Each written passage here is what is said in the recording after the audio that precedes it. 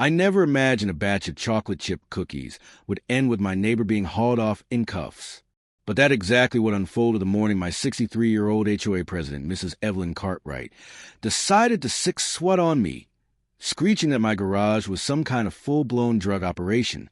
A dozen armed officers burst through my door at 6:12 a.m., only to walk out 20 minutes later laughing, munching on my wife's fresh-baked cookies, and slapping the handcuffs on Evelyn instead. This is a completely insane chain of events showing how one nosy Karen managed to turn her own life into a felony before breakfast. My name's Jake. My wife, Mia, and I moved into Willow Creek 2 years ago, chasing that peaceful suburban fairy tale. Huge mistake. The entire neighborhood is ruled by Evelyn Cartwright. Platinum blonde bob, clipboard welded to her palm, and a smile that never once reaches those cold shark eyes. From day one, she despised us. We're the youngest couple on the block, early 30s. We painted our front door teal instead of her sacred eggshell beige. And the unforgivable sin, Mia bakes. Like award-winning, state fair level bakes. Every Sunday, the whole street smells like vanilla heaven. Neighbors show up on our porch for cookies, brownies, whatever magic came out of the oven. Evelyn called it unauthorized commercial activity and slapped us with a $250 fine the very first month. We paid it to avoid escalating things. But she dinged us again for excessive foot traffic, again for creating an attractive nuisance because kids kept ringing our bell, again for cent-based property value disruption. I wish I were kidding. Then last month, she went nuclear. She mailed certified letters claiming our garage had suspicious chemical odors and late-night movements consistent with methamphetamine production. We don't even touch caffeine after 3 p.m. The chemical odor? Mia rendering cocoa butter and vanilla beans for her new dark chocolate truffle line. The late-night activity? Me helping her temper chocolate at 10 p.m. once our toddler finally crashes. But Evelyn had already written the narrative. In her mind, we were drug dealers destroying her perfect cul-de-sac. Friday night. She banged on our door with her phone on speaker, fake sobbing to the non-emergency line that she'd seen bricks of white powder through our garage window and fear for the neighborhood children. I opened the door mid-call, and she let out a full shriek. "That's him, officer. That's the kingpin." I laughed in her face. Huge mistake number 2. Saturday morning, 6:12 a.m. I'm in boxers brushing my teeth when the front door detonates off its hinges. Flashbangs, laser dots dancing across my chest, German shepherds barking like the apocalypse just arrived. Hands up, on the ground. Mia screams from upstairs, clutching our 2-year-old. I drop the toothbrush. Hit the tile. Taste blood where my lip splits open. They zip-tie my wrists while another squad floods the garage. I'm thinking, great, my life is over because of cookies. 10 agonizing minutes pass as they tear everything apart. Then I hear it, laughter. Real, uncontrollable laughter echoing from the garage. An officer walks out holding a half-eaten double chocolate cookie. Smears of chocolate across his tactical vest. "Yo, Lieutenant, you gotta try these. Better than my wife's, and..." She's from Alabama. Another officer appears holding an entire Tupperware container, giving the squad a big thumbs up like he'd stumbled onto buried treasure instead of narcotics.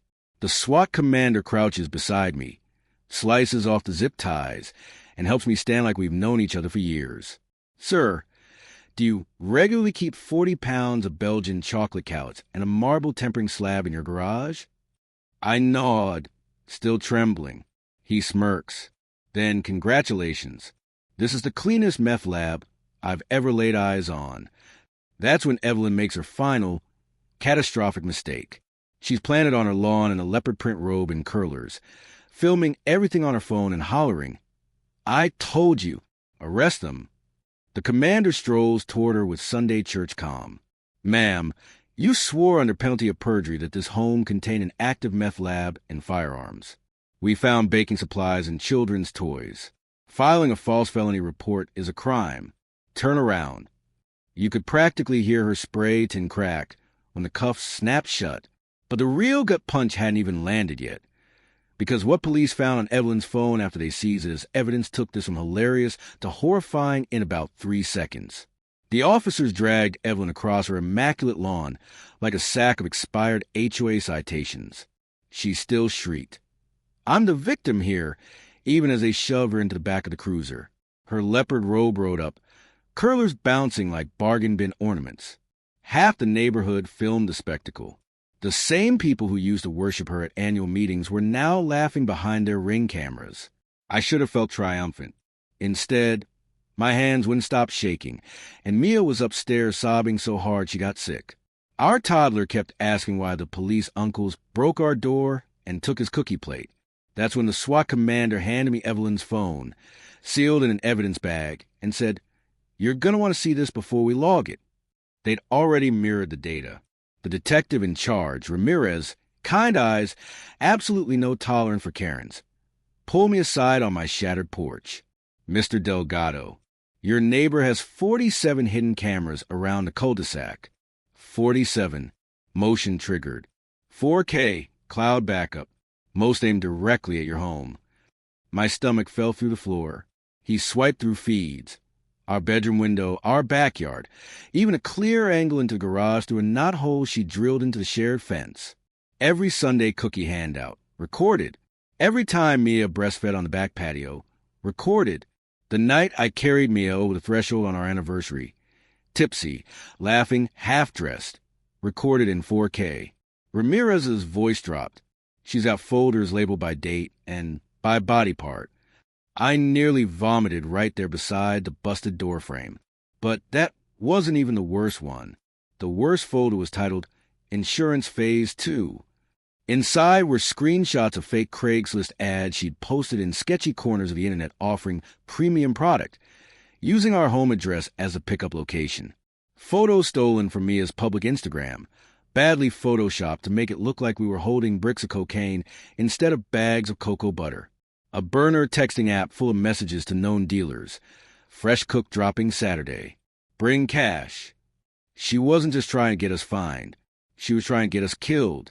Turns out Evelyn's husband died 18 months ago and left her with $1.4 million in gambling debt owed to some very impatient guys in Vegas.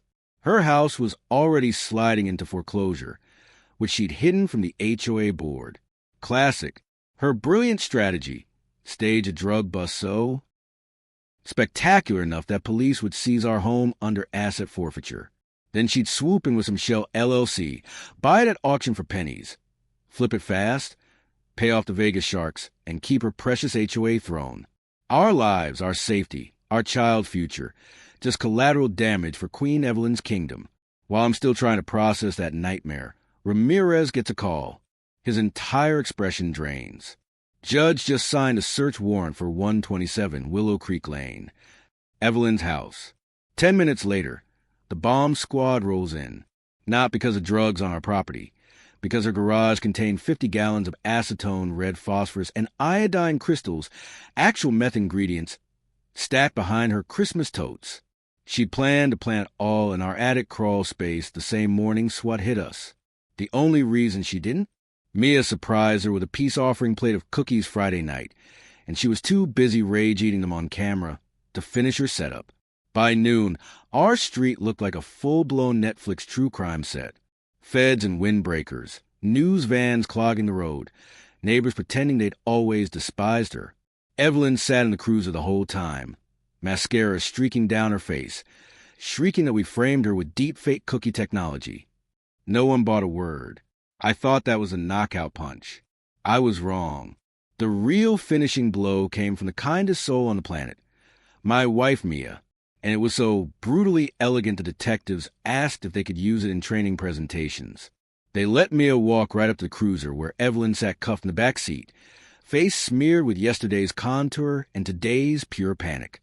Mia was still in pajamas, hair wild, eyes swollen from crying, holding the same Tupperware the SWAT guys had emptied in our kitchen. She tapped the window with one soft fingertip. Evelyn cracked it 2 inches, snarling, "Get away from me, you drug baker." Mia gave the sweetest, deadliest smile I've ever seen on a human face. "Mrs. Cartwright," she said, in a tone sugary enough to give cavities, I brought you something for the ride downtown." She lifted the lid. Inside was one perfect, still warm chocolate chip cookie resting on a little white doily. Except this wasn't any ordinary cookie. Written across the top in glossy red icing, in Mia's flawless calligraphy, were the words, "Enjoy Federal Prison, Karen Hartsuit." Evelyn stared at it, like it was an active explosive. Then she imploded, full meltdown, kicking the seat, spitting, screaming that Mia poisoned it. The body cam officer had to back up because she actually tried to bite him. That footage went viral before sunset. HOA Karen versus The Cookie of Doom. 47 million views in 24 hours. But Mia wasn't done. While Evelyn was still in full rabid animal meltdown, Mia turned to the cameras the news crews were practically shoving into her face and said, calm as a Sunday sermon, "My husband and I are launching the Willow Creek Children's Baking Foundation. Every dollar from the GoFundMe the internet just blew up, currently sitting at $1.8 million and rising, will fund free baking classes for underprivileged kids. And every single class will be held right here on this lawn every Sunday. Smells and all. Approved by the new HOA board, which is now me." The old board members had resigned in disgrace before lunchtime. The neighborhood elected Mia president by acclamation before the tow truck even hauled Evelyn's Lexus away.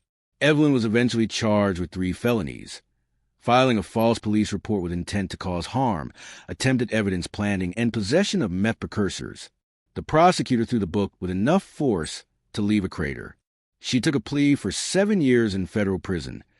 No parole in year 1, because the U.S. attorney wanted to make an example out of suburban terrorism. Last anyone heard, she's in Chow Hall trading cigarettes for extra pudding, telling anyone who listened that the cookies were laced with fentanyl. No one believes her. They just ask if she has a recipe. We fix the door. We painted it an even brighter teal. And every Sunday at 10 a.m. sharp, 50 kids show up with aprons and hopes. Our yard smells like vanilla and justice. The SWAT guys swing by sometimes, not with warrants, but with empty Tupperware and sheepish grins, hoping Mia's got extras. So yeah, one meddling HOA Karen tried to destroy our family over the scent of chocolate. She lost her home, her freedom, and her sanity. We got a nonprofit bakery, a viral legend, and the sweetest revenge ever baked at 350 degrees Fahrenheit. And that, ladies and gentlemen, is how a plate of cookies sent a Karen to prison and turned our home into the happiest drug lab suburbia has ever imagined. If you like this story, hit that subscribe button. Every sub motivates me to bring you even more wild, dramatic HOA tales. And don't forget to tap the bell so you never miss a new upload. I'll see you in the next episode where justice gets even more delicious.